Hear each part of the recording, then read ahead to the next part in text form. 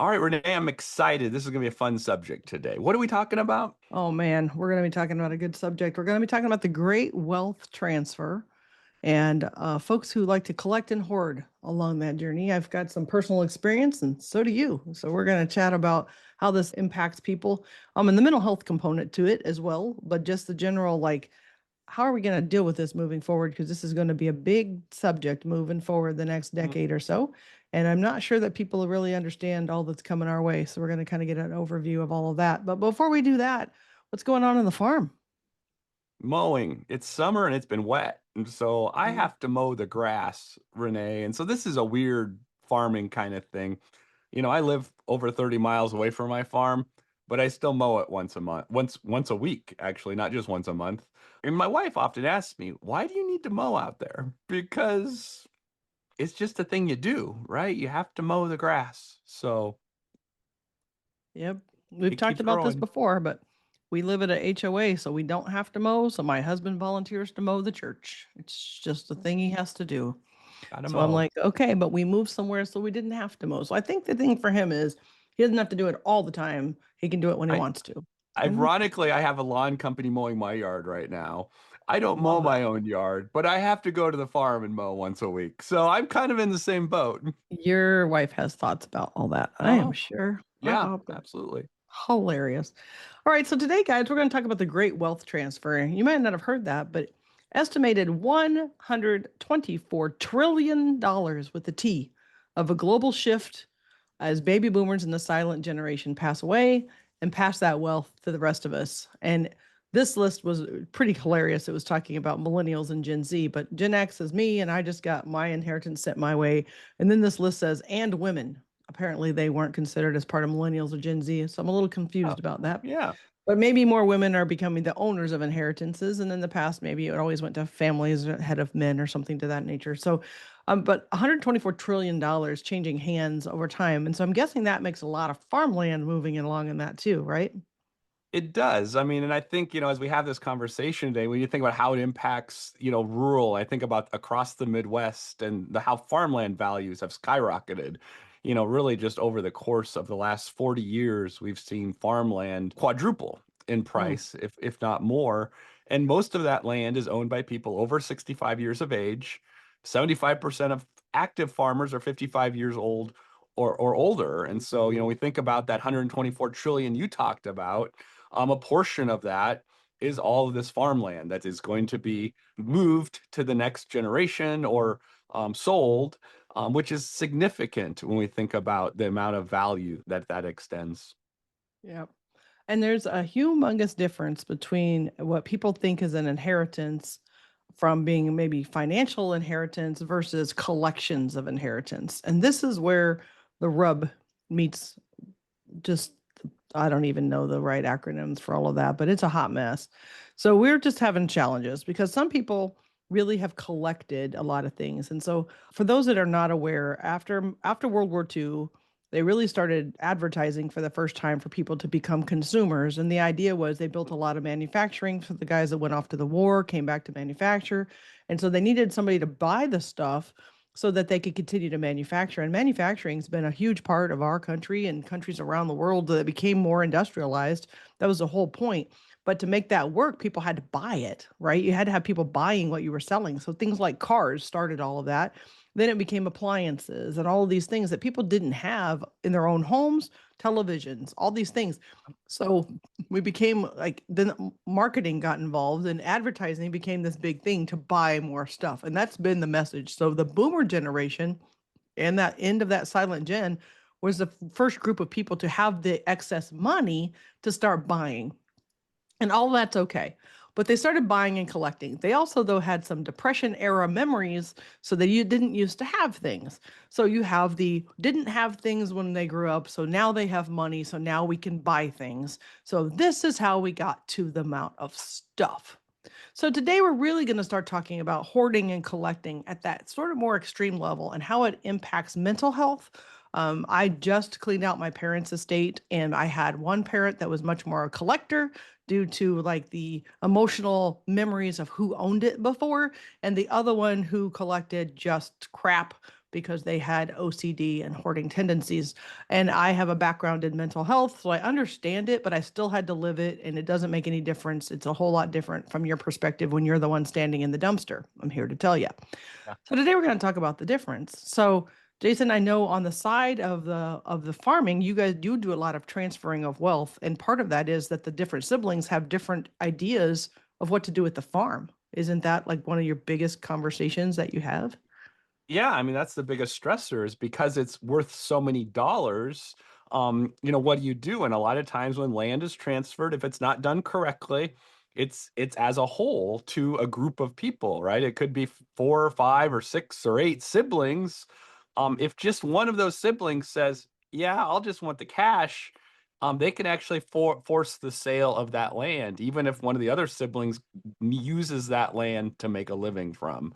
And so then you can force a sale to sell the land, and it may be that no one can afford to buy that parcel of land because the value is so high. And so this is where that stress comes in, and families are pulled apart over all of this because there's not a plan, there's not a conversation ahead of time.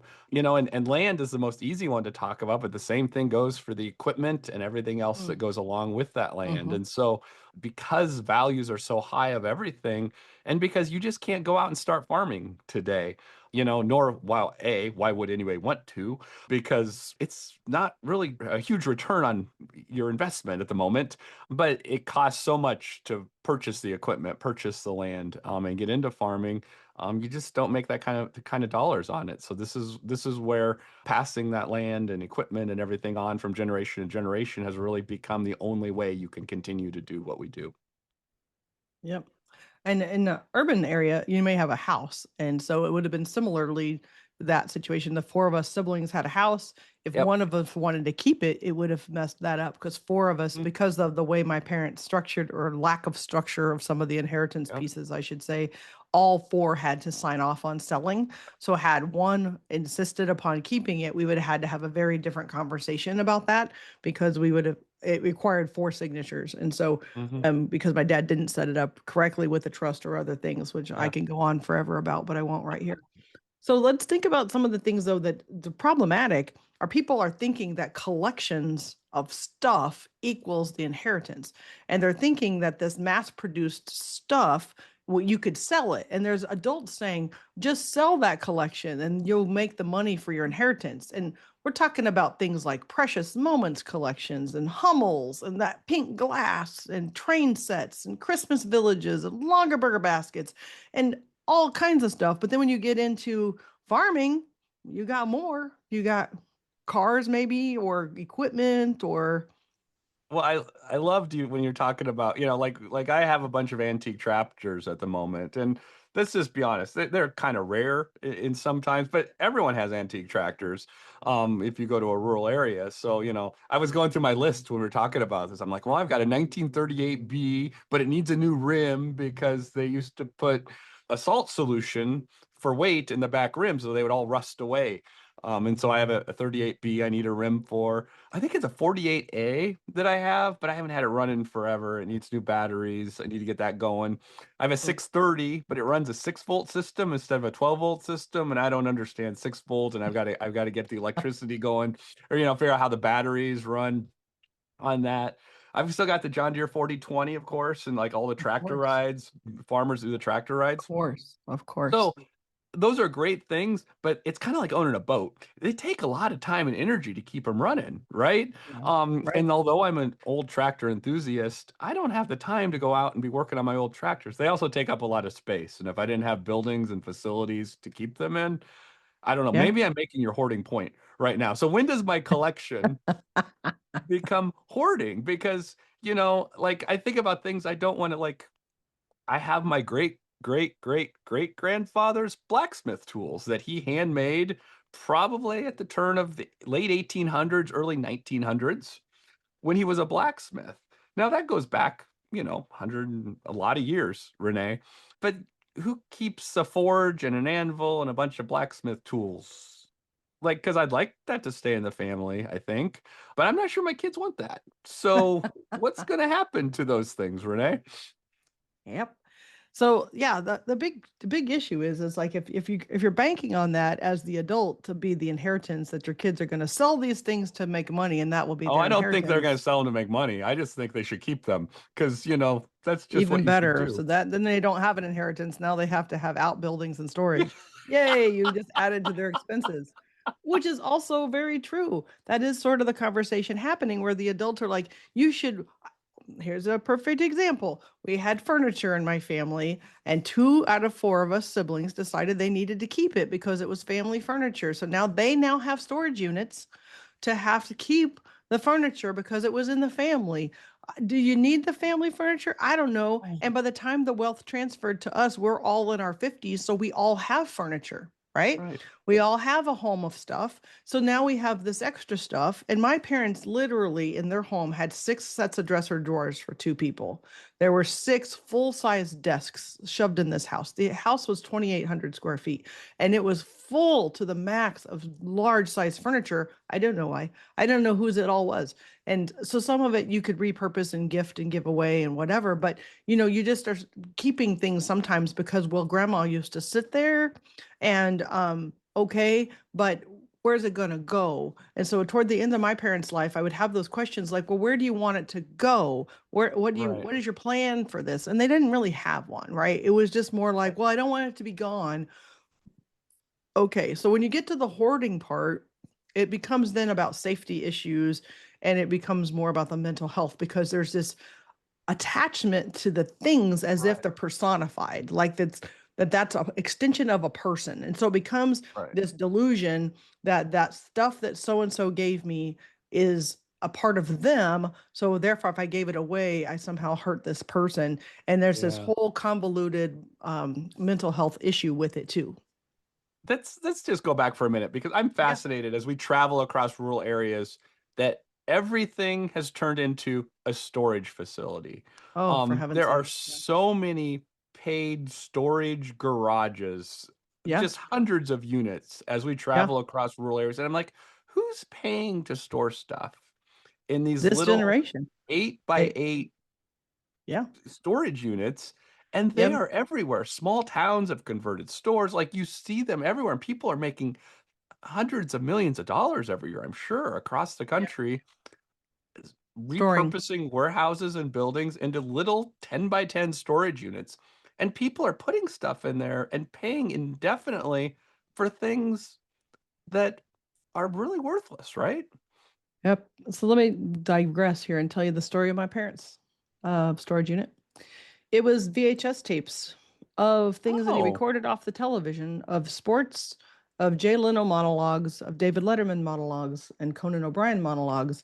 And also, old tech was thrown into the storage unit. So things like a typewriter, things like a sewing machine that didn't work anymore, old speakers, things that could have been recycled years ago just all got tossed into the storage yeah, unit. So, hundred something dollars a month for however many yeah, years for all of it went to a landfill because it wasn't climate controlled. It was all ruined. It wasn't worth yeah. anything.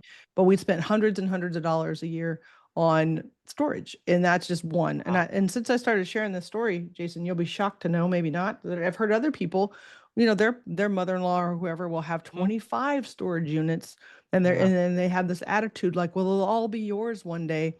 People have to clean that up. So one of the things people aren't talking about is if the family gets overwhelmed with this amount of collection of stuff, people are just hmm, walking away and abandoning it, and it gets stuck yeah, on the city or the county yeah, to have to figure out how to clean up whatever this is. So they take the part they want and just walk away and go, it's yeah, not my problem. So we're getting abandoned homes across rural yeah, America and they're full of whatever.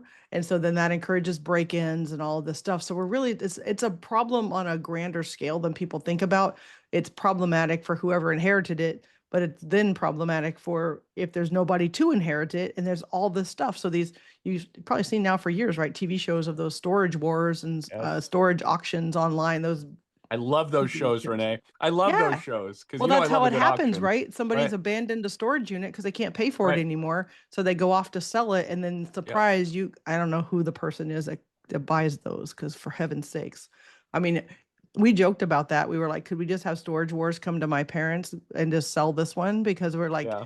it'd be funny just to stand there and watch them open it and go, what is this, old VHS tapes? What did I just buy? Right. So it's Yeah. just a lot going on with that. So let's talk about, though, the safety and the implications of this. And Yeah. when it gets to the mental health side, there's some really bigger issues here.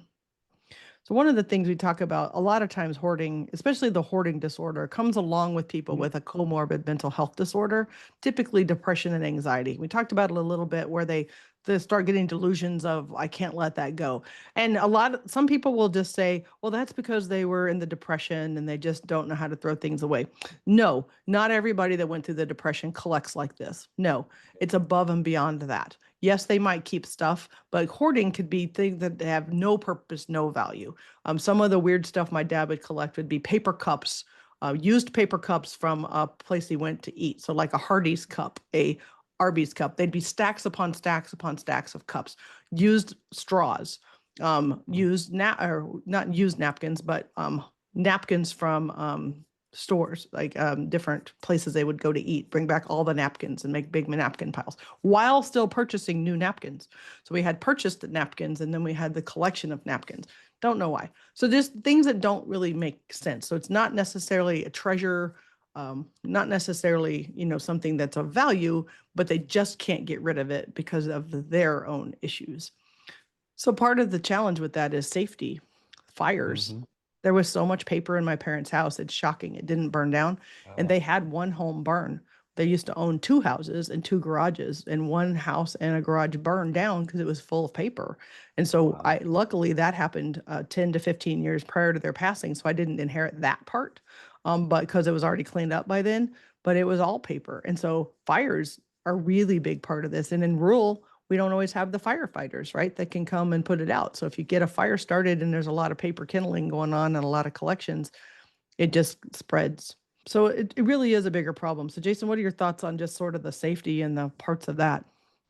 Yeah, I think about, I actually think about my grandpa that we actually had a junkyard in one of our pastures of he would actually collect, well, I don't know if he Mm, collected. It was more for scrap metal, right? But it was yeah, kind of out of that, the Great Depression era, and scrap metal was worth money in his mind. And so he collected people's junk cars and stuff. And so, upon his passing, we had to spend a lot of money to clean up yeah, a whole lot of I mean, in this day and age, it would probably be considered hazardous, right? Of having to haul out all of these scrap cars and equipment, and large metal to restore the property to a condition where it could be sold. right. And, part of that may end up from that original Depression era where you didn't have the scrap to build and rebuild. And you always talk Hmm. about like being, where you be creative when you break something and you broke your chem pump. And so you need this extra set of pliers to put it back together, to Right, jerry rig it to get it to work. So there's right, there's not like it doesn't begin there where it makes some sense to keep things and you keep the right, old rim because a new one might right. break. So there is some where it begins there, but then it gets out of control. And so what they're saying with hoarding disorder, it really is later in life. So it's in their 50s later in life where then it becomes a bigger problem. So it's like it starts out sometimes with a purpose. And I don't know what the purpose of the used cups were. I'm never going to figure that one out. But so there had to be a purpose somewhere in some of that. But it gets out of hand. And it talks about Mhm. it's about 2 to 6% of the population. So it's not that big, but it's a hidden disorder. And I'm hearing more Yeah. and more people my age talking about, Aunt Linda died and we got her house and we had no idea what we found in it. And we had no Hmm. idea she had these storage units. And so it's more hidden than we probably know. So the prevalence is going to get bigger because there's just more stuff to be had and cheap, right? As markets to China started to open up, people could shop online and start getting stuff real cheap. And so things that they couldn't have Yeah. afforded before, you can get more now of just stuff. So you're filling your homes with stuff. And so it's going to become a bigger problem because people have the financing, or at least did, maybe not today. We're a little more problematic with our finances, but for a bit there, 80s, 90s, we had excess cash. We Mhm. could just buy crap. And now part of the issue with Hubbles and precious moments is they were such mass produced. They're now all becoming available. They're not rare. Yeah. There's ten Nope. thousands of all of these things. So nobody wants them because everybody has left over, just like sets of china. Yep. How many sets of china Right. do you think you have in your house? I think I have three. Do you have sets of I china from grandparents or we've anybody? we've done pretty good of keeping that out. Oh, That's nice. one thing that we don't have a Nice. lot of. Darn So it. I might, oh, I know somebody I can give some to now. Be I like, know. I think "Oh, we that have was- several sets of glasses we've never used once. Like I'm like, I oh, kind of like them, but I'm like, that's yeah, not functional, and we're never going to use those. And they sit in the back of a cupboard somewhere, and I'm like, okay, heard we that. probably just need to let those go. Yeah, Yeah. heard that. So with this, everybody, I mean, people are like, well, maybe your situation with your parents wasn't that bad. So let me give you some statistics about my own parents' house. We moved 35,000 pounds out of that house to the landfill, and that's just the part that crossed the weight line into out of the landfill. It was a set of dumpsters, and it was a set of U-Hauls that we could actually fill up a U-Haul, go to the landfill, and stand in the by a dumpster and then launch it out of the back of the U-Haul. It was the most therapeutic thing I'd ever done. So that was just what went there. That didn't include anything that went to restore or anything that was salvageable for goodwill or given away to others. That just was the tonnage that went to landfill. A lot of that's paper. It collected, I think, every Right. single piece of mail.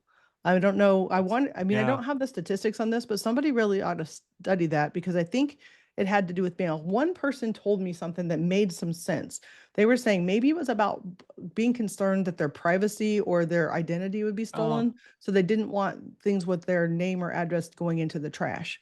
Now, I can't verify that, but that was at least a theory that made more sense than a lot of things I've ever heard. So I was like, I never had that thought before. So it gives me a little more empathy if that was the concern. So maybe we just weren't shredding. No, we could have been shredding, but yeah.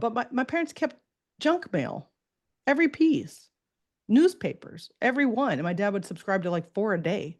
Like, what Wow. is all that? So it weighs a lot. It weighs a lot. It weighs a lot when you start lifting that later. Magazines, gosh, do you have any collections of magazines? Did anybody ever save magazines or comic books for you? No.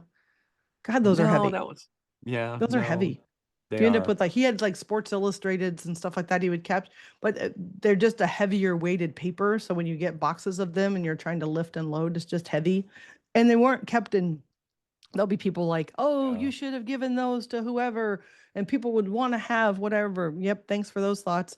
No, it was kept in conditions that nobody would want to be in, or under a cat and other things that you couldn't make it Right. salvageable, right? And it's full of mildew and mold and whatnot, and rodents and grossness. And so, no, we saved all mankind by just putting it into a landfill so that other people couldn't be harmed by the grossness of it all. So, that's the situation here. So it's just one of those things that we need to be thinking about more often because in this wealth transfer, there's a lot of people who think they're getting an inheritance and they're going to get a collection of stuff. And it Yeah. probably isn't going to make a lot of difference financially. And it could cost you money. All those trips to the landfill, we paid to dispose of it. So that was not an inheritance. We paid money to get rid of. So then we were out more money than when we started by that collection. And that's just not a cool thing for people that are thinking, oh, I'm doing this for my kids or whatever. So I think there's going to be a lot of work here in the mental health space to talk to people and kind of work on this. Like, what are we doing? Renee, as we sat here, I looked over at my desk and I have in my hand a cork-lined bottle cap from the 1940s. And so I'm Nice. selling these right now on eBay and I'm getting $4 to $6 a pop for each one of these bottle caps. And it's from a bottle cap collection. I think of my grandpa on my mom's side, and it's been sitting in a milk bottle, like just on a shelf. And I'm like, well, maybe I could start selling those. Because it was something I kept at the time when we cleaned out his I house. like it. And so it kind of a funny conversation as we're sitting here. I'm like, oh, this is what Renee's talking about. That bottle cap collection from 1940 to 1952 that I still have. Yeah. My dad had a collection of baseball cards, complete sets of the Topps baseball Yeah. cards that are called the junk cards. So you know how much they're Mhm. valued these days. But there was just 4 years. I mean, I don't, it must have been when my brothers were baseball playing high Uh-huh. school or something, but it was specifically 4 years in total collections, and then they stopped. They didn't exist before, they didn't exist after. We found 4 years of them. So those all went to my nephew who just thinks it's fun just to mess with things like Hmm. that. So he's gonna have a great time. But it's kind of just weird of like some of the stuff that like they picked up, started collecting, and then stopped collecting. And I don't know like what triggered the beginning and the end Right. of some of those choices, but we just found a lot of very strange things that you're like, whose was this? And nobody remembers. And it's like, was any of this ours? And so anyway, so for those people out there that the things that I took in my inheritance that I'm most proud of, original Q-tips. People Oh, may be thinking that's crazy, but Q-tips changed the way they make Q-tips, and the new ones are terrible. So I have enough estate oh, Q-tips to last, I think, the rest of my life, and wow. I can maybe be able to give them out in inheritance to others. I'm not sure. I don't know why my parents had so many, but well, we might as well save them. And my dad was a psychologist, everybody, in spite of all of his mental health challenges. So he has some psychology pieces that I kept just because I'm a therapist and I think that's kind of cool. So he has intelligence tests that I used to play with as a kid. So I got them. I'm kind of excited to keep those. I'm Nice. not sure they smell bad. So I'm not sure how, I don't know what I'm going to do with them. They need to be out in the sunshine and smelling better than they do currently. But they're interesting to look at. And so I think those are fun. I have some puzzle books he used to play with and Mhm. a t shirt he got in the 90s in New Mexico. Yeah. And they're still selling a version of it, which made me laugh. So I'm like, well, I could wear it to New And Mexico. what does And it say, Renee? What it does the says t-shirt say? one in a million with the little dude with Oh, his little wow. hat. I know. Yes. And when I was concerned it might be inappropriate, except they're still selling them. So I'm like, oh, I can wear them. Okay. I know. Yeah. So, he did do some good things with his retirement funds and set us up some financially, which that's very kind, but my siblings could have used that money a long time ago, a lot Yeah. earlier in their lives when they didn't Yep. have any money. And so it's Right. like we would kind of waited to the end when, maybe we should have been thinking about some of that sooner to help. Thinking about money that could have helped them get their first house or to help the kids Yeah. as they had grandkids buy cars or get to college. All of that would have probably been better than just a big lump sum when everybody's in their 50s. So there's a lot of conversations happening about that, about maybe we should give money sooner and just help your kids. And I know you guys are probably thinking about that too. Like, how can you help your kids today, but how can you set them up for success in the future? And, do they need the help now with their business startups and the things, or do they need it, much later from now? Right. And I know there's a lot of conversations having about that because it's tough right now in the economy for young people to get up and out of the house and get successful. So the help they need is today, not necessarily 30 years from Yep. now. So it's tough. Any thoughts you have on things in your collections that but you told me some of the stuff you really prize in your collection, but you have other things that you're like, that one's just going to have to stay with me because I really like it. No, I have stuff just like I still have my HO train set. And so train sets aren't worth anything. So I don't know why I still have this big huge train set. Like it's like on the size of a sheet of plywood with Oh, wow. all the tracks, all the engines, all the train cars, Wow. all the little houses and stuff. I really just need to get rid of it. Don't think I don't even know. I think it just needs to go on the burn pile. I mean, that's what we do is on the farm, right? Like we don't Yeah. if like when we get to the point, like it just goes in the burn pile and you just burn Yeah. it. And so that's kind of I I think hear I need to that.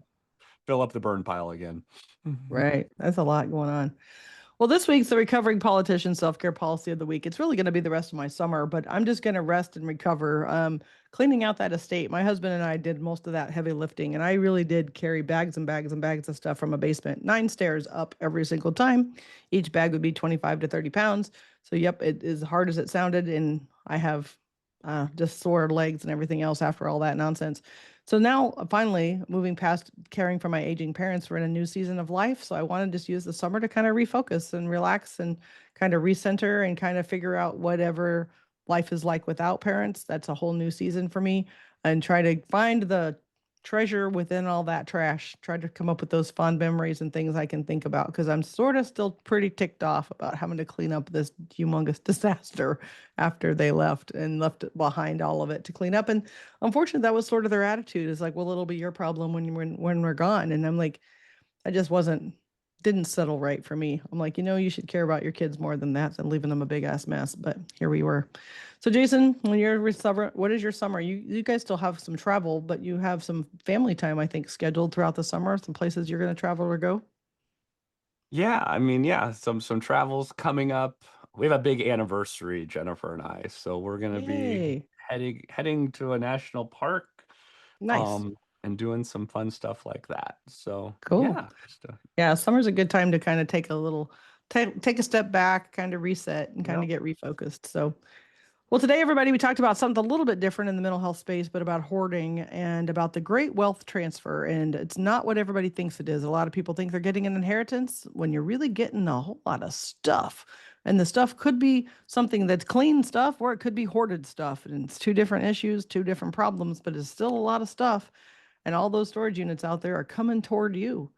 So before you go, though, please don't forget to follow us on LinkedIn or YouTube or Facebook. If you leave us a positive review, we send you a prize. Thanks, everybody. We'll see you next time.